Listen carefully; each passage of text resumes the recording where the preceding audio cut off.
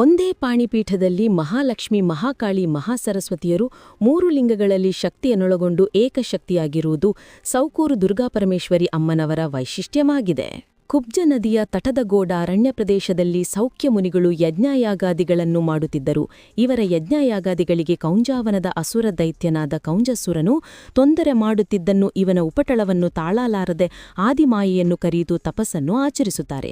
ಇವರ ಕಠೋರ ತಪಸ್ಸಿಗೆ ಮಹಾಲಕ್ಷ್ಮಿ, ಮಹಾಕಾಳಿ, ಮಹಾಸರಸ್ವತಿ ಎಂಬ ತ್ರಿಶಕ್ತಿಯು ಪ್ರತ್ಯಕ್ಷವಾಗಿ ದುಷ್ಟ ಅಸುರನ ಜೊತೆ ಯುದ್ಧ ಮಾಡುತ್ತಾರೆ. ಅಸುರನು ವರಬಲಾನ್ವಿತನಾದ ಕಾರಣ ತ್ರಿಶಕ್ತಿಯನಿಂದ ಕೊಲ್ಲಲು ಸಾಧ್ಯವಾಗುವುದಿಲ್ಲ.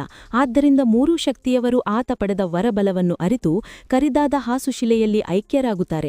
ಇದನ್ನು ಅರಿತ ಕೌಂಜಾಸುರನು ತನ್ನ ಗದೆಯಿಂದ ಶಿಲೆಯನ್ನು ಒಡೆಯಲು ಮುಂದೆ ಬಂದಾಗ 3 ಶಕ್ತಿಯರು ಒಂದಾಗಿ ಏಕಶಕ್ತಿಯಾಗಿ ದುರ್ಗಾಪರಮೇಶ್ವರಿ ರೂಪದಲ್ಲಿ ಶಿಲೆಯೊಡೆದು ಯೋನಿಮುದ್ರೆಯಲ್ಲಿ ಜನಿಸಿ ದುಷ್ಟ ಕೌಂಜಾಸುರನ ಜೊತೆ ದೇವಿ ಹೋರಾಡುವಾಗ ದುಷ್ಟ ಅಸುರನು ಓಡಿಹೋಗುತ್ತಾನೆ. ಇದನ್ನು ಅರಿತ ದುರ್ಗೆ ಆಸುರನನ್ನು ಎಳೆದು ತರಲು ತನ್ನ ಮಗನಾದ ವೀರಭದ್ರನಿಗೆ ಅಪ್ಪಣೆ ಮಾಡುತ್ತಾಳೆ. ವೀರಭದ್ರನು ತನ್ನ ಮಾಯವಿದ್ಯೆಯಿಂದ ಅಸುರನನ್ನು ಎಳೆದು ತರುತ್ತಾನೆ.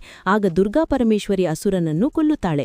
ಕೌಂಜಾಸುರನ ವಧಿಸಿದ ಈ ಸ್ಥಳ ಇನ್ನು ಮುಂದೆ ಕೌಂಜಾವನ ಅಥವಾ ಕೌಂಜೂರು ಎಂದು ನಾಮಕರಣ ಮಾಡುತ್ತಾಳೆ.